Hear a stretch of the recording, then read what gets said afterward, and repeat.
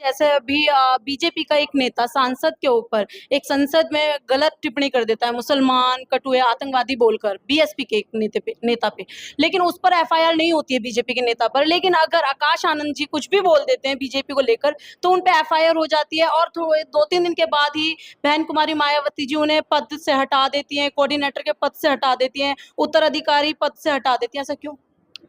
पहली बात, बहन Kumari Mayawati ji is a brilliant leader and I give all credit to हर।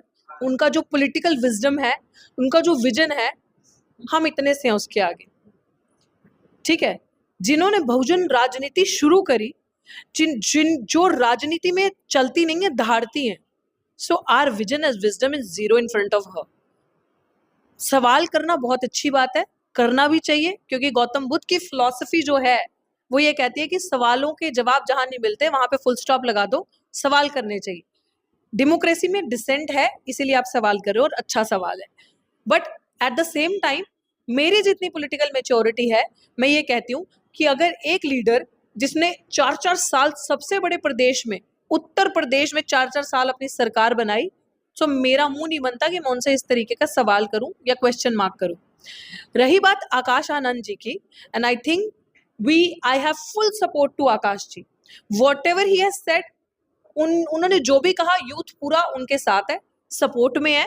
और मुझे नहीं लगता कि जिस तरीके की कार्यशैली इस बीजेपी पार्टी की रही है, जिस तरीके का कमेंट्स उन्होंने विपक्षियों के लिए किए, या जिस तरीके की चीजें उन्होंने महिलाओं की प्रताड़ना होगी, या यूथ को सताना हो गया, या बेरोजगारी करना होगी, सबको पता चल चुका है कि ये पार्टी आई ही एक तबके के प्रताड़ना के लिए, चाहे वो मुस्लिम है, चाहे वो दलित हैं, चाहे वो अदर बैकवर्ड कम्युनिटी है, इन जनरल, चाहे वो महिला है किसी भी वर्ग की।